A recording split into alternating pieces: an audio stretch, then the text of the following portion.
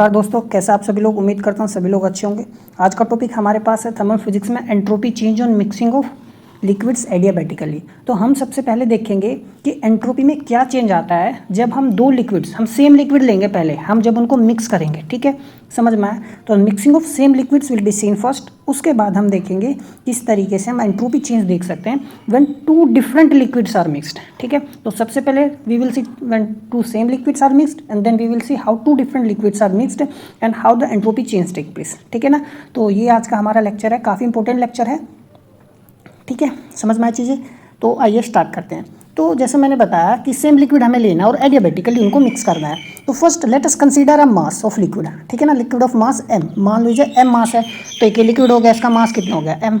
Temperature कितना है, suppose T1 temperature है, which is mixed isobarically, that is at constant pressure. कहने का अब देखो ये एटमॉस्फेयर के अंदर होगा ना सारा सिस्टम, तो let us assume it at 1 atmospheric pressure.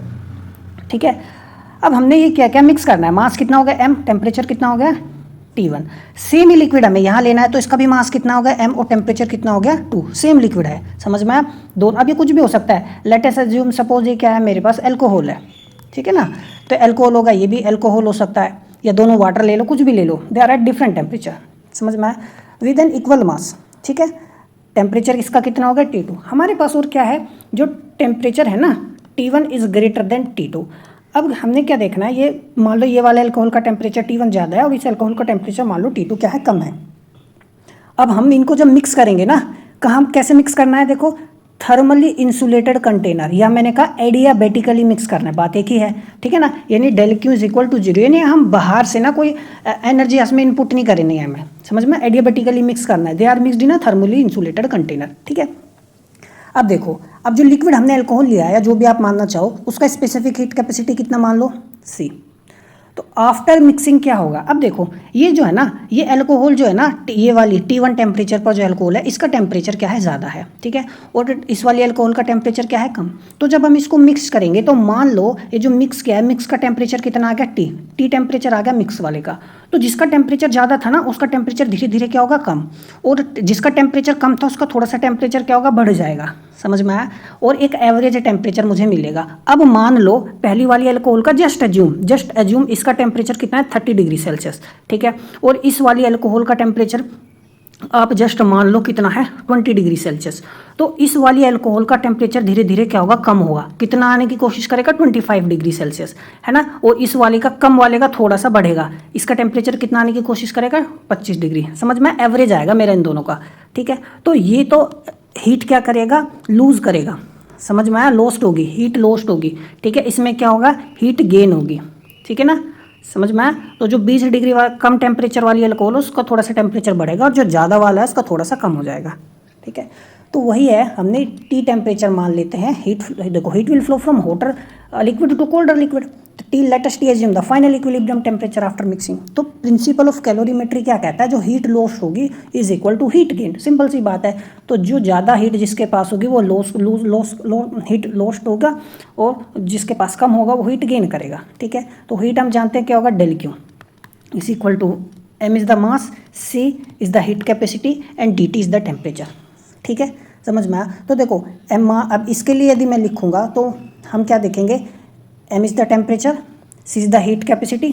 ठीक है ना, तो मैं क्या लिखूंगा, हीट लॉस मुझे लिखना है, तो MC है ना, MC हो गया, और हीट लॉस होगी। तो देखो ये टेम्परेचर ज़्यादा है T1, और ये एवरेज टेम्परेचर तक गया मेरे पास। समझ में, फिर हीट क्या होगी, गेन होगी।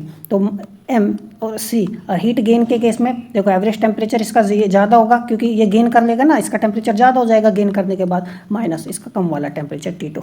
ठीक है, समझ में। अब यहाँ देखो ये दोनों कट जाएंगे, तो मेरे पास यहाँ से जब इसको सोल्व करेंगे, ठीक है ना, उधर जाके 2T हो जाएगा, तो मेरे पास एवरेज टेम्परेचर आ गया। समझ में। तो मिक्स करने के बाद इनका टेम्परेचर क्या है, T1 प्लस के T2 आ गया। ठीक है, अब देखो एंट्रोपी में क्या चेंज आएगा। तो for the liquid cooling from T1 to T, अब देखो ये T1 से कहाँ गया है, टेम्परेचर T की तरफ गया है। समझ में आया, T1 से टेम्परेचर कहाँ गया है, T की तरफ गया है, क्योंकि ये कूल हुआ है ना ये वाला। तो देखो T1 से टेम्परेचर कहाँ गया, T गया है। मान लीजिए चेंज इन एंट्रोपी कितना है, डेल S1, ये डेल Q अपॉन ये यहाँ पे ये आएगा। ठीक है, डेल Q अपॉन T। देखो MC बाहर ले लेंगे, हम जानते हैं चेंज इन हीट क्या होता है मेरे पास, MC dt, MC आ गया है ना, T1। देखो लोग हम ले लेंगे तो 1/T का लोग आ गया। ठीक है ना, तो सिंपल है, काफ़ी कुछ भी टिपिकल नहीं है। दूसरा क्या होगा, दूसरे वाले का टेम्परेचर बढ़ेगा, लिक्विड वार्म होगा, ठीक है ना, उसका T2 से किसकी तरफ जाएगा, एवरेज टेम्परेचर की तरफ जाएगा, है ना। तो देखो उसका टेम्परेचर पहले T2 था, फिर एवरेज हो गया T, समझ में आया, ठीक है। मेरे पास यहाँ पर ही पार्शियल सिग्मा आएगा, ठीक है ना। अब देखो MC बाहर ले लेंगे, सिंपल है हमारे पास 1/T जानते हैं हम, log T होगा, इंटीग्रेट जब हम करेंगे तो लिमिट्स हमने पुट कर दी। तो कुछ भी सिंपल, काफ़ी कुछ भी टफ नहीं, काफ़ी कुछ सिंपल है। तो जो टोटल एंट्रोपी चेंज आया बोथ लिक्विड का, तो दोनों को जोड़ देंगे, तो del S1 plus del S2। अब देखो दोनों को हमने क्या कर दिया, जोड़ दिया, इसको और इसको जोड़ दिया, MC कॉमन ले लिया। जब हमने MC कॉमन लिया, अब देखो log A प्लस B है ये, है ना, तो MC जब बाहर लिखा तो हम जानते हैं log A plus logarithmic B क्या होता है, log A इंटू बी होता है, समझ में आया। तो इसलिए इन दोनों का देखो प्रोडक्ट करके हम लिखेंगे, तो T इंटू टी क्या हो जाएगा, T स्क्वायर हो जाएगा, और ये T1 इंटू T2 हो जाएगा, समझ में आया। तो ये मेरे पास यहाँ पर आ गया, कोई डाउट है, ठीक है ना।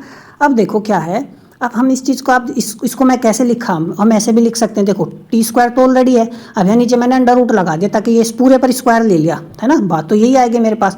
ताकि अब बस इसको थोड़ा सा सिंप्लीफाई किया है, ये 2MC 2 आगे आ गया, है ना, लोग से आगे आ जाएगा 2MC logarithmic T under root T1 into T2। अब यहाँ पे देखो ये मेरे पास सिंपली आ गया, या नहीं तो आप इसको यहाँ पर भी छोड़ सकते थे, समझ में आया।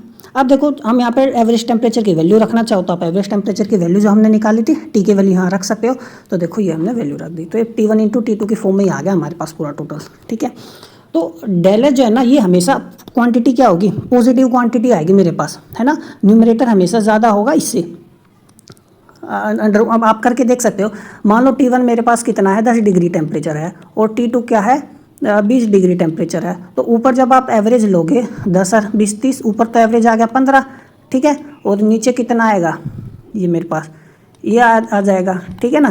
तो मैं कह सकता हूँ ये 10 अंडर रूट 2 आएगा, तो यानी न्यूमरेटर ज़्यादा ही मिलेगा मुझे, है ना। या हम इसको ऐसे भी समझ सकते हैं, ऊपर जो है ना अर्थमेटिक मीन है, यदि आप ध्यान से देखो, और नीचे क्या है, ज्योमेट्रिक मीन है। हमेशा अर्थमेटिक मीन ज़्यादा होता है ज्योमेट्रिक मीन से, ठीक है ना। तो ये हमें यानी न्यूमरेटर ज़्यादा है, तो ये वैल्यू पॉजिटिव आएगी। जब भी हमेशा log x/y की फॉर्म में लिखा हुआ है और x ज़्यादा होता है, तो log का वैल्यू जो होता है वो पॉजिटिव आता है। तो डेल एस हमेशा पॉजिटिव आ रहा है, ठीक है। आप देखो अर्थमेटिक मीन ही तो लिखा हुआ है, पर is always greater then the geometric mean, ठीक है, समझ में आया। तो जो एंट्रोपी है ना सिस्टम की, इंक्रीज कर गई during this irreversible mixing of liquids at a different temperatures. अब ऐसा नहीं है कि आप अब उसको, हम उन दो सेम लिक्विड्स को अब अलग थोड़ी ना कर सकते हैं, दोनों ही सेम है। क्या आप उस प्रोसेस को वापस कर सकते हो, नहीं कर सकते, समझ में आया। हमने मिला तो दिया उनको, क्या हम उनको उसी स्टेट में वापस ला सकते हैं, नहीं ला सकते। तो ये क्या इरिवर्सिबल मिक्सिंग है या इरिवर्सिबल प्रोसेस है, समझ में आया। तो सिस्टम जो है थर्मली इंसुलेटेड था, और उसका एंट्रोपी जो है, समझ में आया मैं क्या कर रहा हूँ। तो सिस्टम जो था ना थर्मली इंसुलेटेड था, तो मेरे पास क्या था, ये तो मेरे पास क्या हो गया, सिस्टम होता है, यहाँ मिक्सिंग हो रही है, ठीक है ना, और ये क्या है, ये सराउंडिंग है, ठीक है ना। तो जो एंट्रोपी चेंज होगा सराउंडिंग के लिए, वो क्या आएगा मेरे पास, 0, क्योंकि सराउंडिंग से हमने कुछ, सराउंडिंग में क्या डेल क्यू 0 है ना, no amount of heat entered, सारा तो यहीं कुछ हुआ है, सिस्टम में ही एंट्रोपी चेंज है। इस सिस्टम में जब हमने मिक्स किया तो यहाँ पर डेल एस सिस्टम आ गया मेरे पास, ठीक है ना। सराउंडिंग में तो कुछ हुआ ही नहीं ना, क्योंकि ये थर्मली इंसुलेटेड था। ये डेल क्यू क्या है, यहाँ पे 0 लिया है हमने, समझ में एडियाबैटिकली मिक्स किया है, तो समझ में आ गया। तो जो डेल एस सराउंडिंग की मैं यदि बात करूँ तो ये 0 आया। तो जो मेरे पास पूरा यूनिवर्स की मैं बात करूँ, ठीक है ना, या पूरा तो वो सिस्टम के इक्वल आ गया, है ना, क्योंकि सराउंडिंग के लिए तो एंट्रोपी चेंज 0 आ गया, क्योंकि एडियाबैटिक हो गया ना, डेल क्यू 0 तो एंट्रोपी 0 फॉर सराउंडिंग। तो सिस्टम जो है ना थर्मल इंसुलेटेड था, तो जो एंट्रोपी चेंज है सराउंडिंग के लिए वो 0 है। तो डेल एस रिप्रेजेंट करता है एंट्रोपी ऑफ द यूनिवर्स। तो जो हमारे पास जो डेल एस हमारे पास डेल एस सिस्टम के लिए है ना, वो यूनिवर्स की एंट्रोपी शो करता है ना। यूनिवर्स की एंट्रोपी क्या होती है, सिस्टम प्लस सराउंडिंग, समझ में आया, ठीक है ना। तो जो एंट्रोपी होती है यूनिवर्स की, इंक्रीज करती है ड्यूरिंग एन इरिवर्सिबल प्रोसेस। तो आगे मैं इरिवर्सिबल प्रोसेस में भी आपको बताऊंगा, तो ध्यान रखना डेल एस है ना ग्रेटर देन 0, किसके लिए, इरिवर्सिबल प्रोसेस के लिए। ये सेकंड लॉ कहता है थर्मोडाइनमिक्स का, ये मैं आपको पढ़ा चुका हूँ पहले भी, ठीक है ना, समझ में। तो ध्यान रखना। बात करते हैं हम, जब हम 2 डिफरेंट लिक्विड्स लें। अब देखो हमने यहाँ क्या ले लिए, 2 अलग अलग लिक्विड ले लिए, तो कुछ भी हो सकता है। आप ये वाटर ले लो, है ना, अल्कोहल ले लो, पैक बना लो, ठीक है ना। तो टेम्परेचर कितना ले लो, T1, और इसका टेम्परेचर कितना ले लो, T2, लेट अस अज्यूम। और हम मान लेते हैं T1 is greater than T2, और इनका कंबाइंड टेम्परेचर मान लो कितना है मिलाने के बाद, T। तो कंसीडर 2 डिफरेंट लिक्विड्स, एक का मास m1, तो इसका मास कितना ले लो m1, ठीक है ना, और इसका मास कितना ले लो m2। समझ में आ गया, ठीक है। स्पेसिफिक हीट कैपेसिटी, इसका स्पेसिफिक हीट कैपेसिटी C1 ले लो, इसका C2 ले लो, क्योंकि दोनों अलग अलग है। सेम होते तो दोनों का स्पेसिफिक हीट कैपेसिटी भी सेम होता। तो जब हम इन लिक्विड को मिक्स करेंगे ना, इंसुलेटेड कंटेनर है ना, वही है, डियाबेटिकली हम इनको मिक्स करें तो इंसुलेटेड कंटेनर में जब हम मिक्स करेंगे तो हीट का फ्लो कहाँ होगा, हॉटर लिक्विड से, जो लिक्विड ज़्यादा हॉट होगा उससे हीट का फ्लो होगा कूलर लिक्विड की तरफ। समझ में आ गई बात। तो heat will flow from hotter liquid to cooler liquid until a final equilibrium temperature T reaches, है ना। कब तक हीट का फ्लो होता रहेगा, जब तक दोनों मिक्सचर का टेम्परेचर T ना आ जाए, एवरेज टेम्परेचर ना आ जाए। समझ में आया। तो ये है। अब कैलोरीमेट्री प्रिंसिपल क्या शो करता है, heat gain is equal to heat loss, ठीक है ना। तो heat lost is equal to heat gain. तो हीट कौन लॉस करेगा, हॉटर लिक्विड। तो ये मेरे पास हॉटर लिक्विड है, इसका टेम्परेचर ज़्यादा है, तो हम जानते हैं डेल क्यू कितना होता है हमारे पास, m c is the specific heat capacity, dt is the temperature. समझ में आया। तो देखो हीट लॉस करना है तो हम m1 is the mass, c1 is the temperature, ठीक है ना। अब इसका टेम्परेचर T1 है, अब एवरेज टेम्परेचर क्या होगा T, तो ये हीट लॉस कर रहा है, तो ये इसका T1 ज़्यादा है, टेम्परेचर है मेरे पास, तो T1 माइनस के T एवरेज तक पहुंच गया इक्विलिब्रियम में। इसी तरीके से M2 C2 हीट गेन कर रहा है, जब ये हीट गेन करेगा तो T2 टेम्परेचर कम था तो इसने हीट गेन कर लिया, तो T टेम्परेचर ज़्यादा हो जाएगा, तो T माइनस के ये T2, ठीक है। तो ये मैंने यहाँ पे लिख लिया, कोई डाउट है। तो इसी तरीके से मैं यहाँ पे हम क्या निकाल सकते हैं, टेम्परेचर निकाल सकते हैं। अब इसको देखो क्या करें, ध्यान से देखो। तो मैं क्या कर सकता हूँ इस चीज़ को, देखो M2 C2 और ये M1 C1, ये आ गया यहाँ पर T1 माइनस के T, ठीक है, और ये मेरे पास T माइनस के T2, ये आ गया। कोई डाउट है। अब हमको तो कॉमन लेना है। अब इसको ना थोड़ा सा मैं सिंप्लीफाई कर देता हूँ हमको, है ना, या वैसे भी कर सकते थे, यहीं से चलो मैं कर देता हूँ अपना। तो तभी से देखो T1 माइनस के T, ये मैं इसको डिनोमिनेटर में लिया, T माइनस के T2, ये मेरे पास M2 C2 और M1 C1। अब यार आप अंदर मल्टीप्लाई करके भी कर सकते हैं, आप पर निर्भर करता है। अब देखो मैं क्या करता हूँ, है ना, अब हम इसको ना और कैसे लिख सकते हैं, हम चाहे तो इन दोनों को ना ऐड कर दो, ठीक है। तो हम इसको ना न्यूमरेटर को जब हम ऐड करेंगे M2 C1 C2 और ये M1 C1, तो T1 माइनस के T प्लस के T माइनस के T2, T माइनस के T2, देखो ये कट गया, तो मेरे पास T1 माइनस के T2 बचा, T माइनस के T2, ठीक है ना। समझ में आया। तो अभी भी यहाँ से तो थोड़ा सा वही लेंदी पड़ेगा हमारे लिए, तो हम क्या करते हैं, इस चीज़ को थोड़ा सा छोटा कर लेते हैं ना। मैं कंपोनेंटो डिविडेंडो मैंने लगाया था, कंपोनेंटो डिविडेंडो भी कई तरीके से लगाते हैं, तो हम टी कोमा ले लेते हैं ताकि हमारे लिए यहीं से थोड़ा सा कैलकुलेशन आसान हो जाए।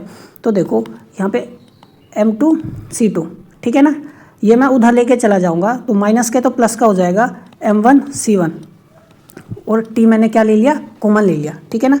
और ये M1 C1 T1 बचा, और ये इधर आ गया मेरे पास M2 C2 T2, टी नीचे ले लूँगा मैं ले इसको, तो M1 C1 T1 प्लस के M2 CT T2 और ये M1 C1 प्लस के M2 C2, ये आ गया मेरे पास, ठीक है ना। समझ में आया, कोई डाउट है।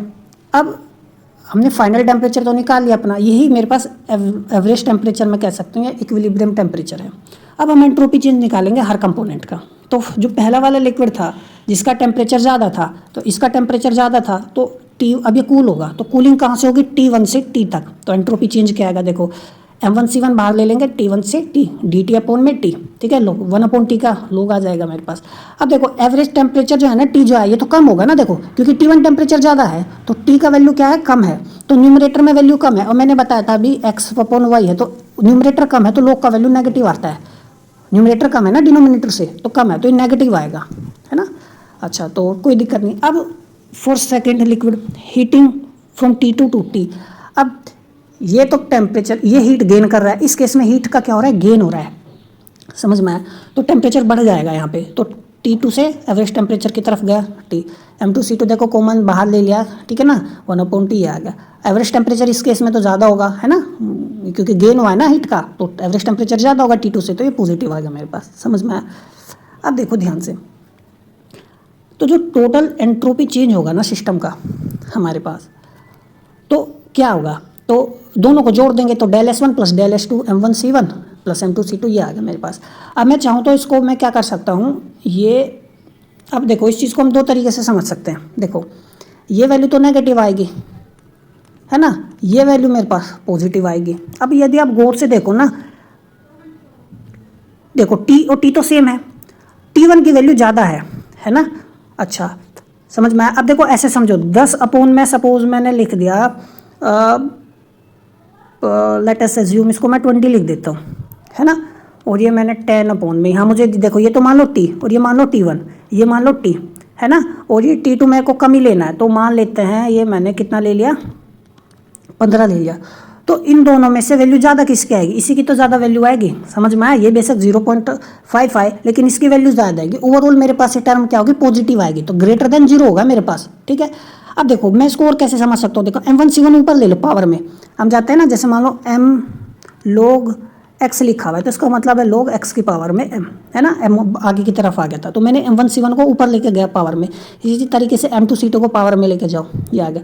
तो ये टर्म मेरे पास पॉजिटिव आएगी, ग्रेटर देन 0 आएगी। समझ में आया, मतलब log की वैल्यू ज़्यादा आएगी मेरे पास, पॉजिटिव टर्म आएगी।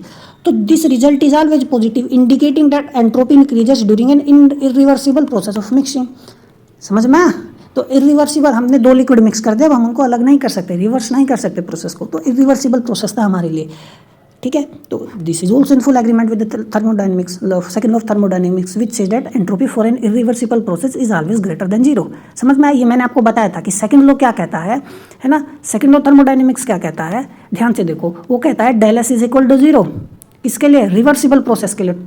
जो टोटल एंट्रोपी होगी, ध्यान रखो टोटल की बात कर रहा हूँ मैं, जो टोटल एंट्रोपी होगी डेल एस 0 होगा, टोटल एंट्रोपी में चेंज जो होगा वो ग्रेटर देन 0 होगा इरिवर्सिबल प्रोसेस के लिए। और यदि टोटल एंट्रोपी में चेंज लेस देन 0 आ रहा है तो उसका मतलब वो प्रोसेस होगा ही नहीं, इम्पॉसिबल है। ठीक है, तो ये था हमारा आज का लेक्चर, मिलते हैं अगले लेक्चर में, तब तक पढ़ते रहिए, नमस्कार।